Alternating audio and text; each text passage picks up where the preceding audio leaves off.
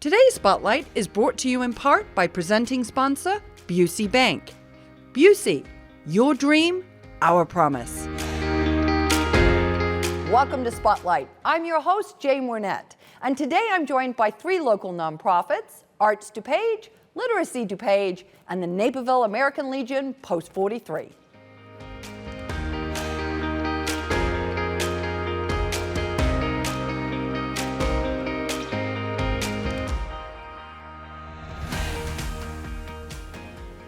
You're watching Spotlight, and joining me now representing Arts DuPage is Deborah Venezia. So nice to have you with us today. Jane, it's great to be here. Thank you. You're welcome.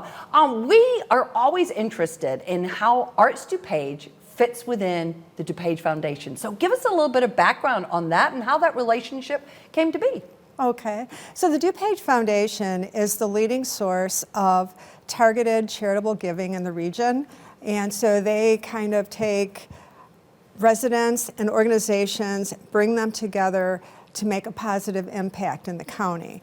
And many years ago, I think it was maybe around 2012, someone brought up the idea about the arts and how they are so important to the community. And they did a number of studies and everything. And what they came out with, the arts are economic drivers. The arts really bring so much to a community, to the fabric of the community. When people are looking to move, what do they look for? They look for, arts and culture. So it kind of became a point of interest. After all these studies, the foundation decided we want this to be our next initiative. So that's how it kind of branched out. And we are celebrating about to celebrate our 5th anniversary of the launch of artsdupage.org, which is our arts calendar. That arts and entertainment, if you want to find something going on, that's where you would kind of find it. Okay, so it's kind of like Arts DuPage is a little bit like a portal. Would that be a way to say it? Kind of that's clearinghouse for what's going on in the county?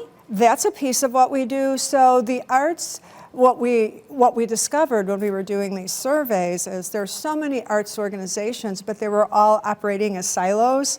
And this one didn't know that one existed. And the things that they were facing, funding and marketing, always very, very difficult. A lot of these organizations are run by volunteers on a shoestring budget. And how do they promote themselves? How do they get out there? So one of the things that Arts DuPage did is start this portal, the artsdupage.org. Organizations can post their events, their profiles, their call for artists, all that is free on the site. But then we engage community members and invite them to come and take a look. And whatever you're looking for, you want a concert, you want to see a play, you want to go to a gallery, you can go to the site. It's very user-friendly, and it's fun. It's populated with lots of things going on, and you find out like, oh, okay. For example, I live in Naperville. I know what's going on in Naperville, but I might not know what's going on in Lombard or Oakbrook. I might not know what's going on 10 miles from my home. You go to artsdupage.org and you find out, oh, there's this little theater here, and there's another little theater there, and there's a gallery there. So it's kind of an eye-opening experience that there really are a lot of things to do in DuPage County. Okay, so you're really bringing that front and center for residents, whether they live in Naperville or Wheaton or Lisle, anywhere along that line. Mm-hmm. But it also, something you mentioned, which I thought was interesting, is kind of how it's created this community with the artists and the art organizations. Talk a little bit more about how you're amplifying their efforts. So some of the things that we do with the arts organizations, we have convenings and workshops where we invite the arts leaders and artists to come in, and they get to meet each other, and they find out that maybe they can share resources, or maybe they can work together on projects. And so that kind of builds up that community and the camaraderie. And again, finding out what you have in your community is only going to strengthen it. Yeah. Now, obviously, and I know, Debbie, we've talked about it before, arts organizations, much like everybody else, have really been hit with the pandemic. How has Arts DuPage helped, and how has it impacted the art groups?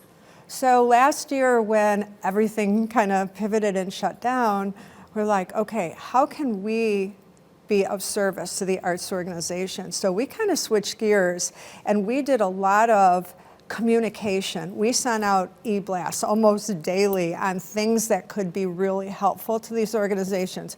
If there was a grant opportunity, and we had so many thankful people that wrote to us. They said, I would have never applied, would have never known about this grant had it not been for Arts DuPage. Thank you, thank you, thank you. So we were plying them with information that would be helpful for them. And then in December, we actually advocated for the arts. We went to the county and we said the arts organizations are struggling. They really need this money. And we were able to get $300,000 of CARES Act funds that went directly to the arts organizations. Wow. I was going to say, as you were talking, I was thinking, wow, it sounds like the groups have an advocate on their side, and you just kind of shared exactly how they did, right? Yeah, so, and actually, Arts DuPage is not a grant source, Right. but under the umbrella of the DuPage Foundation, we went to the county, we said, wait, they need money, and the county said, yeah, they do need money here. And so it was a really good marriage, and it was, I never felt like Santa before in my life until this experience. I had $300,000, well, not me, but I had $300,000 worth of money. We went through and figured out who was going to get the fundings. When I called these arts organizations, people were crying literally because this was the saving grace. Sure. They didn't know how they were going to make it through the year, and this saved so many of the organizations. That's really wonderful. You have something that you do each year, which is the Arts DuPage Month. Say a little bit about this year for us. So Arts DuPage Month is a countywide celebration of the arts. And this year, it's kind of uneven. Some organizations are having events. Some of the theaters are having plays, like Drury Lane is opening, I think, this month, I guess, and some of the other theaters are opening. I know College of DuPage is offering some live in-person events. So these things are happening around us, and what we kind of want people to do is not only be aware of them, but maybe try something you've never tried before. Yeah. Get people to get in the habit of going to arts events, because I think it's addictive. I know that, I missed it when it wasn't around. Everybody had the virtual, experience, which was great. It was a great filler, great way to keep connected to those organizations that you love. But now that we're kind of easing out, if there's that comfort level there, I say go for it. Yeah, no, and I love that. Just try something, because it's a little bit like food. You never know if you will like it, right? If you've never tried Indian food, how do you know if you like it or you don't like it? It's the same with the arts, right? Oh, exactly. And, a lot of people, and it's probably the same with any topic that you discuss. People have this, I don't like it. I was like, well, try it. Try it. Or go to a restaurant where they're playing jazz music. You don't like art? Well, the jazz music is art. And so people have to look at it in a different direction. I think some people perceive art as maybe a different form, like a higher form of art, like ballet or opera, which is great if you like it. But there's other things there's everything for all the tastes. So okay, and we can find all of that at Arts DuPage. Exactly. artsdupage.org. Love it. Debbie, thank you so much for coming by. We always appreciate it. Oh, I love being here. Thank you. Thanks for having me. Absolutely. And if you are interested in learning more about Arts DuPage, please go and visit their website. We're going to take a quick break, but stay tuned. We're coming right back with more Spotlight.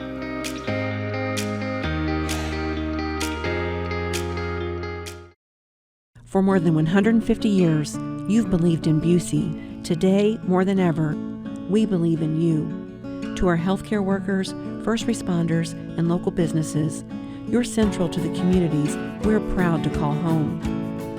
Busey's grateful to partner with you and your families through life's ups and downs, today and for generations to come. Because as neighbors helping neighbors, we're in this together. Busey, grateful to serve the communities we call home. Stay in the know at home or on the go with NCTV 17 News Update. This quick recap of everything happening in and around town will be delivered straight to your email inbox for free. Sign up today.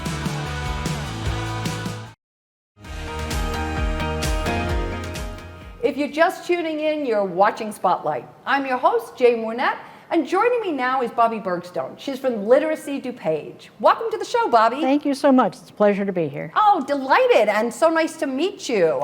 You're new as of December, is that right? Yes, that's correct. Yes. Awesome. Yes. Well, we're going to start out with the need, because I'd like you to tell our viewers about the need for literacy training here in DuPage County. Certainly. Literacy DuPage, works throughout the county. We serve the entire population of the county in the literacy needs. It's remarkable to me that it's estimated that over 100,000 people in this county alone require help with their English language skills, comprehension, reading, writing, and speaking. The population here is about 933,000, so that's about 1 in 9 people that really have Wow. substandard English usage. So that's why we're here. Okay, and you offer at Literacy DuPage, you offer tutoring, right? Yes, we do. Okay, so Yes. tell us a little bit more about that and Yes. what are the requirements to becoming a tutor? Okay, we work adult tutors to adult residents as learners. Everyone must be 21 or older, both sides. Must live in DuPage County and must be fully vaccinated as well. So it's the same on both tutor and learner side. Our tutors do not have to have any teaching background or any foreign language experience either. Ours is an immersion program so that it's all English, no translations. Okay. So to become a tutor, we ask that they attend a 1-hour orientation, which we call a meet and greet. And then they decide, with all that detail, do they want to move on and become a tutor? And then they sign up, and it's a 7-session program, runs 15 hours, and it's virtual still. Okay. And then after the second session, they're matched with a learner, and they get started right away using the materials that they're learning in the sessions and applying directly, so they can take that back to their cohort and work through any questions that they may have. And now, so Bobbi, tell me a little bit, because pre-COVID, this was one-on-one together, right? Right, in person. And usually at somebody's home No, never at anyone's home. Okay. No, it's always in a public place. Could be a Okay. Starbucks, could be a park, could be Okay. someone's front yard. That's okay. It must be outside, not in someone's home. Okay. People have been very creative with during this COVID time. Commonly, they meet at libraries. Okay. Now, as libraries are reopening, then they're learning what the local library is requiring. Some require the doors to be open for the study rooms for ventilation. Some require, of course, masks. So it all depends on which is most convenient. And that is a function of our program, that we make this accessible for our learners. Many of them have transportation or childcare or work schedule issues, or don't work well in a classroom setting. So that's why the one-on-one is important and accessible, make it easy, and it's all customizable. It's tailored to the needs of the learner. Okay. And we're dealing with life skills, not conjugating verbs. Okay, yeah, Doing that sort of thing. So do they want to get their driver's license? They need to learn the rules of the road and to be able to read road signs. Or they may be doing well in their job, but because their English language skills are not strong enough, they cannot be promoted. And they realize it, and they're stuck. So we help with that. Or they want to be able to interact with their children's teachers. They need to know the language better. So those are some examples. Medical care. So that really does speak to that whole immersion. I mean, it's a very practical skills, Absolutely. right? And Yes. really trying to learn the language as you need it in your own life. Correct. Right. Okay. So the pair works together to set the goals that are meaningful to the learner, not just, well, I'd like to make a lesson plan on X, Y, and Z. That's not Okay. important. It's all that's critical is to meet the need of that particular learner. Okay. And back to the requirements for the tutor, we do ask for a minimum of 6-month commitment, so that they can really get a good start. Working 3 weeks, 5 weeks, it's not enough to. I think Yeah. so 6 months, and then they can move on if they choose, but we do ask for that length of time. Yeah. Well, you need that continuity, right? I Yes. mean, we know that as children, you need that continuity Yes. with your teacher. It helps, it builds that trust and that confidence, and you can see the progress and maybe see where some of the hiccups are that maybe you as a tutor can help with, right? That's right. And we do ask that they meet at least 1 hour a week. And right now, it's still Zoom and WhatsApp. Some of our learners don't have computers at home. All they have is a smartphone, and that's abundantly difficult to learn anything Right. using a smartphone. So some people are getting back to meeting in person. Talk a little bit, Bobbi, about what are the kinds of people that are drawn to doing that, because that's a really amazing, it's an amazing process that you have in onboarding and training. So who's usually drawn to doing that for you? All sorts of folks, Okay. many backgrounds. Some people who have graduated from our program come back to become tutors. Oh, that's great. Once they have really strengthened their language, because they have a full appreciation of how important the program is. So it's from 21 to 80 years old. We have all sorts of folks, and surprisingly, not a lot of teachers. Which surprised me. I'm a former teacher myself. And that's what interests me in the literacy of my degrees in education. So I thought we'd see more teachers, but it's anybody and everybody who's interested. It's having a heart to help someone else. Yeah. Many of our learners are immigrants, and they represent 39 languages, 51 countries, so they come from all around the world. And it's fascinating to learn their cultures. So our tutors are our ambassadors as well, to help them understand what's going on, what does XYZ holiday mean to us? Explain more about 4th of July. What is a Labor Day? Why do we do what we do? So culture is an important part of what our tutors are doing as well, helping people understand, because our learners come with zillions of questions. What does this mean? Yes. Why are we doing this? So it's helping them assimilate into the culture.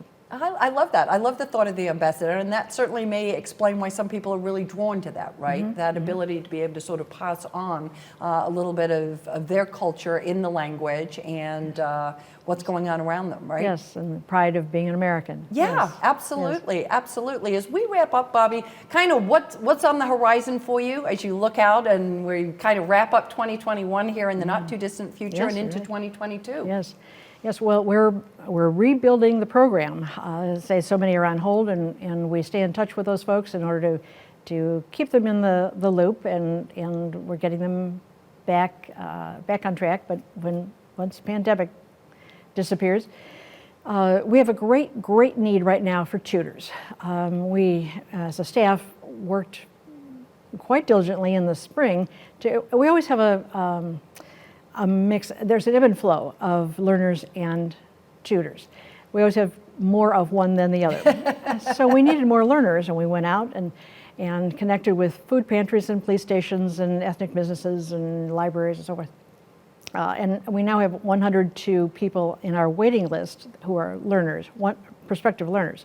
We need tutors for those people now. Okay. So right now, that's what we're gearing towards, is building up our tutor base. So we would hope that folks would go to our website in order to learn more about how to get involved and to get to that orientation, learn more about the program, and make that commitment to become a tutor and help someone, a neighbor, if you will, in our county. I like that. Well, hopefully, and with just a 1 hour little intro, you're giving people an opportunity to check out the program. Right, really good, to better understand it, yes. Yeah. Bobbi, thank you so much for stopping by. Thank you. Appreciate the opportunity. Absolutely. Good to meet you. And if you would like to find out more about Literacy DuPage, and you're considering maybe you would like to become a tutor, please go and visit their website. Don't go away. We're coming right back after a few short messages.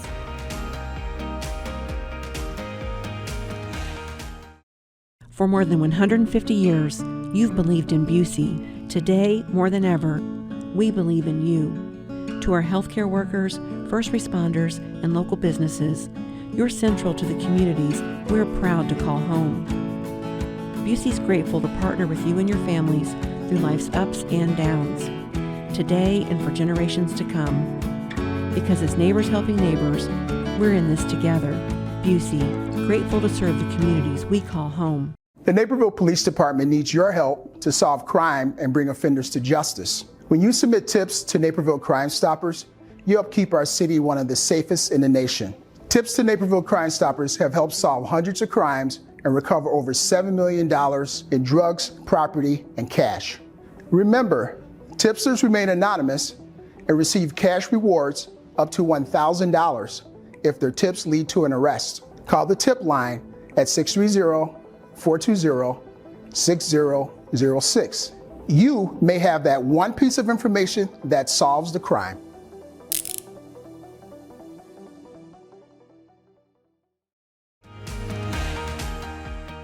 Welcome back to Spotlight. I'm joined now by Nadia Baran. She's from the American Legion, Naperville Post 43. Welcome to the show. Thank you for having me. Very glad to have you here. And I'd love you to tell our viewers a little bit first, Nadia, about the American Legion Post 43, what it is, and who can join the Legion. Well, American Legion Post 43 was founded in 1919. We're here as a veteran organization to serve our veterans coming back from war. And thanks to a bill that was passed about 2 years ago, any veteran who has served 1 day in service can join our organization. Okay, so that's a change, right? It is, because it opens up membership to hundreds and thousands of people that before were not fitting into the era. We used to have eras that you could serve. Now it's anybody can join the Legion, that as long as you get out honorably. Okay. And I would imagine that's kind of nice because that kind of makes it a little bit more intergenerational probably. It does, because before, like, we had this generation gap where it's like Vietnam, Korea, and then now you have us, which Operation Desert Storm and Iraqi Freedom, where now they're closing the gaps between the Kosovo and everything that happened in between. So we have a nice, like, rounded pool of veterans that we can all learn from. Okay, that's interesting. Talk a little bit about a service officer, because I've heard this term used. Help me understand how it fits into the Legion. So our service officer is the one person that can get you help for anything. Let's say that you want to sign up for healthcare. We have the service officer that can point you to the right direction. You need a wheelchair. We have a service officer that can point you to the right direction. You need some fixes to your house. Our service officer can point you to the right direction. And he's pretty much like our news distributor to between Heinz and us, between the department and us. He tells us what we need to know and how to help our veterans and where we can get that information to them. Okay, so you're really sort of serving as a liaison in many ways, right? Almost Yes. like an advocate. Yes, because most veterans don't know that we provide these services, and they just don't want to go all the way to Heinz Hospital, not knowing that we have Heinz come to us once a month to help them out. The first Tuesday of the month, we have Heinz comes over, and then they help us out with claims. We even have the flu shots clinics coming over. We do blood donations, and all of that goes to our service officer. Okay, and it's interesting because I've spoken to a lot of people who've served, and I know they're always the last people to ask for help. Yes. So that's something that you're really providing, right? With the We are very much trying to get that out there. We're trying to let the public know that, hey, if you know someone who's in need, we can help you. Like, don't be afraid to ask for help. There is no judgment between us. Okay. Now and you've kind of already said a little bit about this, Nadia, but talk a little bit about what makes your veteran organization so special. Well, for us, we see each other as another brother and sister, like if you were still in the service. But aside of that, we also have a voice in Congress. So we are able to pass legislation with, a vote in Congress. But for the most important for us is we are here to help each other. Like, if a veteran is having any type of issue, just please come see us. We're just another family. All of us will understand, and we will help you in any way we could possibly help you. Okay. And you're the Naperville. Yes. So is there a requirement that you have to be in Naperville, or that just happens to be where Post 43 is? Post 43 is in Naperville, but you could live in Lisle, Warrenville. It doesn't matter really where you live. It's the post that you want to sign up for. We have people that still are in Florida and Georgia that still remain part of our post because we are very involved with the community. Okay, and where are you located? 10 Chicago West Avenue, but we are one of the fortunate posts that meet with the VFW, so we go to 908 Jackson Avenue. Okay. We're one of the few posts that works together insanely well, because we have dual members and everything. That's nice, and that's a great facility over there by the Park District, right? Oh, yes, it is. They're so welcoming and so good to people. Yeah. So, Nadia, you have two exciting fundraisers that the Post is doing. So tell us a little bit about each one of those. Oh, yeah, we do. Oh, my God, we're so excited about these fundraisers. We have the red shirts, which everyone probably has seen around. They're red, remember, everyone deployed. And we are raising funds for the Gold Star Memorial that's going up on Veterans Park on its breaking ground September 26th. So we're excited for that, and mainly because we want people to remember that, yes, we still have troops deployed, and we should not forget about them. We hope they all come home safe. Yeah. And the 22-a-day shirts, if you've noticed, around maybe 2 years ago, you had the 22 push-ups challenge that was going around and everything. So 22-a-day kind of became a staple for veteran suicide prevention. Mm-hmm. So we're trying to raise funds for the Wheaton Homeless Family Shelter for Veterans. And what we're doing is we believe that raising awareness is going to be the key, because you do have veterans who don't want to ask for help. And we want to kind of take the stigma away from that. Like, it is okay to ask for help. It is okay to reach out to us. And we're hoping that by just bringing light and like people will stop being ashamed of needing the help. Like, we all needed the help. I needed the help. And for the longest time, I never asked for it until now. And we're hoping that with this, being able to raise funds and bring more awareness to it, we hope that we can help at least save one life. And if we can do that, I think we've done our job. Yeah, absolutely. Well, I mean, and you think about the military as just in general is there to protect and save life.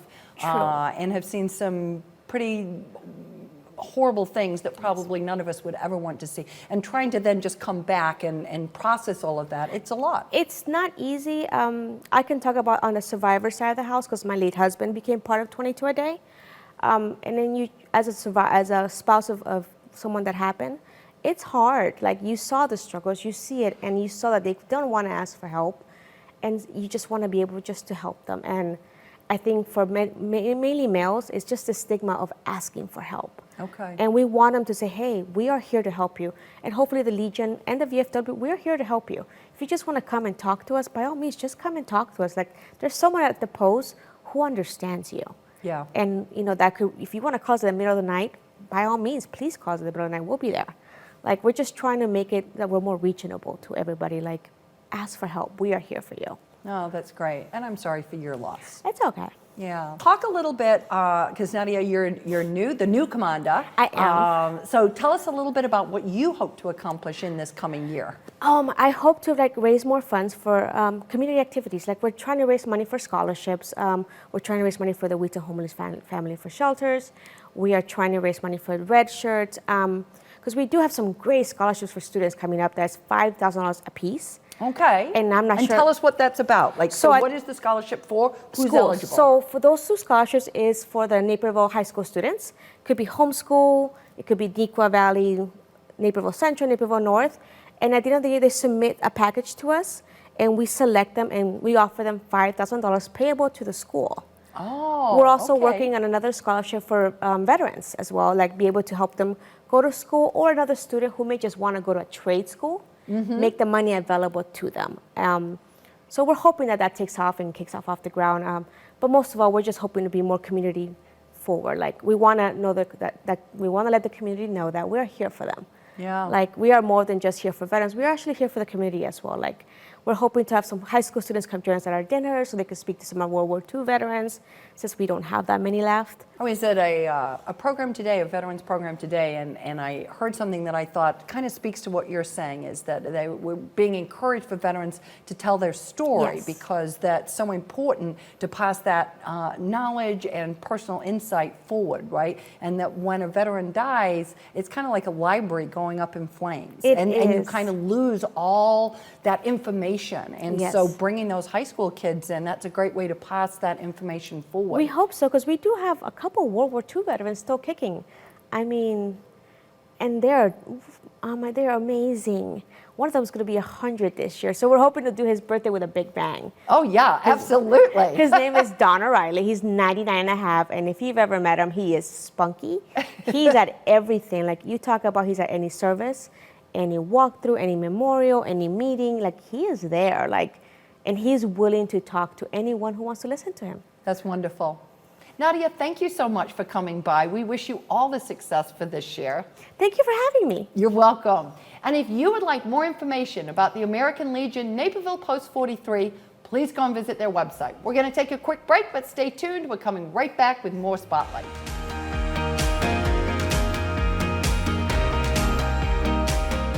I'd like to thank all of my guests for joining us on Spotlight, and our friends at Busey Bank for their generous sponsorship of today's show. To learn more about the organizations featured on this episode, please visit our website at nctv17.com. And to stay informed about what's happening in our community, sign up to receive our daily news update and like and follow us on Facebook. For Spotlight, I'm Jane Wernette. Thank you for watching. Today's Spotlight is brought to you in part by presenting sponsor, Busey Bank. Busey, your dream, our promise.